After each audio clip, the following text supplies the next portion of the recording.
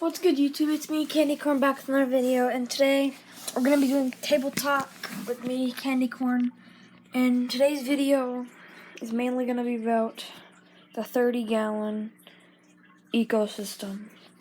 So, what I want to explain in this video is how this tank became so successful, so you guys can do this at home.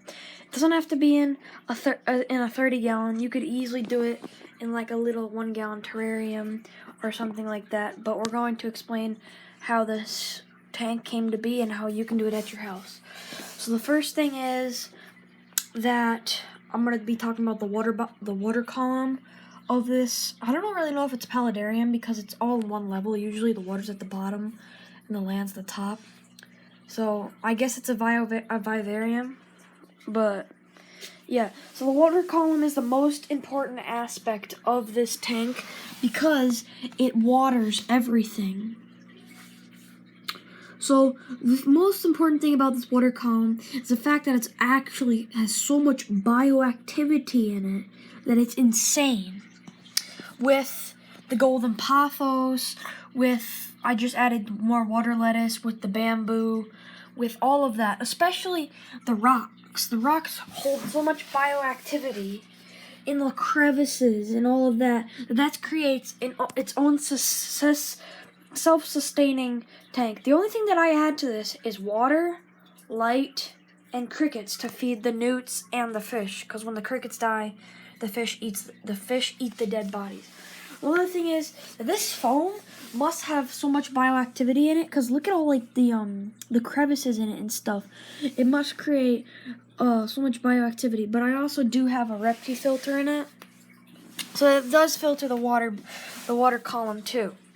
Also, the fish poop. If you just have a regular water column, then you're probably not going to get a lot of bioactivity. And if you do, it's going to take a long time to actually happen. So I would get some sort of fish. Like I've seen one of my friends used to have a paludarium with a crayfish.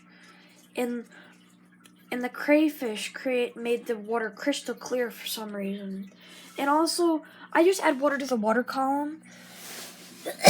I never water the plants because when I siliconed in the acrylic that I have in like this curved half moon shape, I actually left little gaps so water would flow in and out. So really, this water that's got all that nice fish nutrients in it feeds these plants and the animals. What's stocked in this that also helps it thrive are animals native to my area. All animals besides the mosquito fish are from my area, from people were logging and they were destroying the property. So I took the animals home because they were catching them and putting them in buckets, and they were just gonna leave them in the buckets and let them die. So I took them. So what's in here are 4, you could call them 2-lined, but the 2 lines up where I live have like these 2 black lines with a red stripe in the middle. So technically it's a 2-line, but people that own them around here, they just call them redback salamanders because of the red back.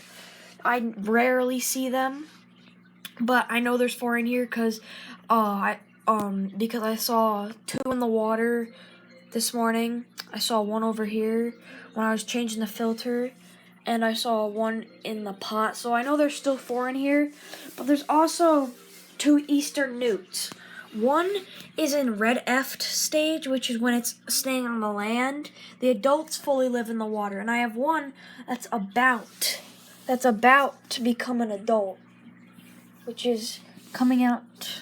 I don't know if you guys can see that. That is about to turn adult. Yeah, I don't know if you guys can see that orange head down there, but that one's about to turn adult.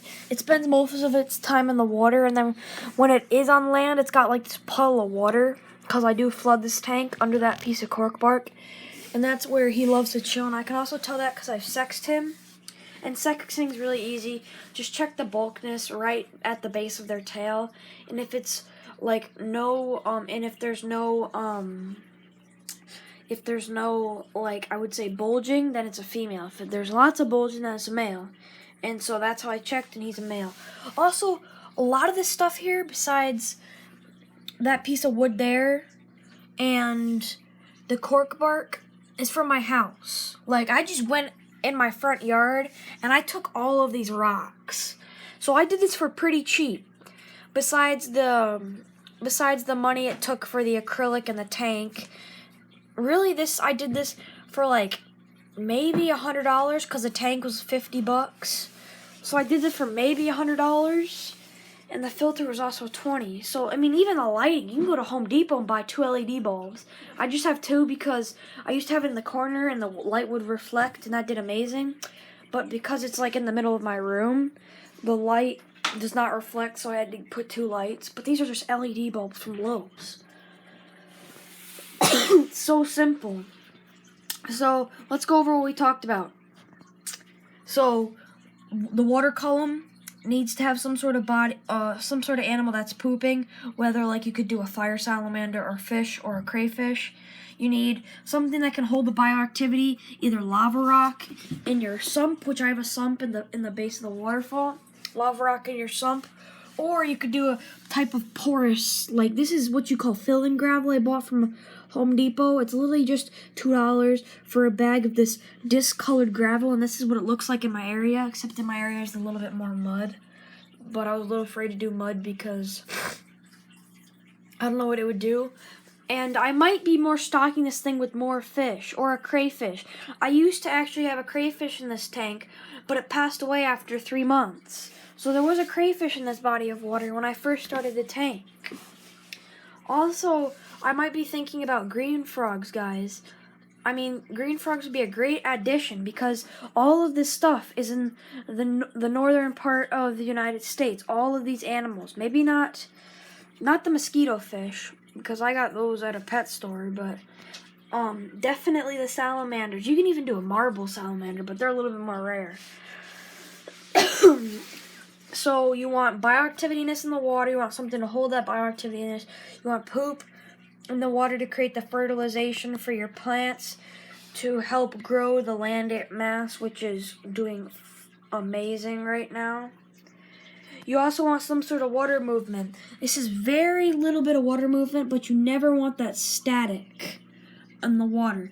That will create what you call is the top part of the water column not getting the nutrients and movement that you want, causing less bioactivityness to happen. There's also a bushel-nosed pleco, which I will be taking out and putting in my pond because it's doing nothing besides hiding. There's a snail that's cleaning everything. That is right there. So, yeah, all of the mosses too that are in this are just from my area. I mean, like the sphagnum moss, I just pulled, I dried out, and I just glued the rocks and everything. So this tank's doing really good, and you guys can do this yourself for $10. I mean, not even. I just went all out in this because I just really wanted to have a showcase tank. And you see this first when you walk in. I mean, this is like grabbing nature and pulling it into your house. Literally. That's the cool thing. You could do this with literally a 1-gallon tank, and it would still look this good. But I would go for smaller plants because, you know, you can't fit these big plants in a 1 gallon. Another thing is, trimming will also help this. If you have a tank like this, and you've got golden pothos that is basically a weed, trim it back. When it grows again, trim it back. Plant it in other tanks you have. Or just, plant it outside of your house. The golden pothos is basically a weed, but a really beautiful weed. So yeah, I also have this piece of cork bark allowing crickets to get out of the water, and it adds tannins that help the water. So it's like a really natural water column. I used to have that in the water, but then I took it out because it was like breaking down a lot. So yeah, if you guys have any questions, you probably can't. If you can, DM me. Oh, there's my new dog. Yeah, see? He's chilling. So go on to my channel and go on to conversation and ask me, and I'll DM. Because I don't have Instagram right now. But, go onto the channel and just say what's up, and then I can text you, or I can tell you my Instagram account name, because I'm not going to bring that up now, but yeah. So this is the tank.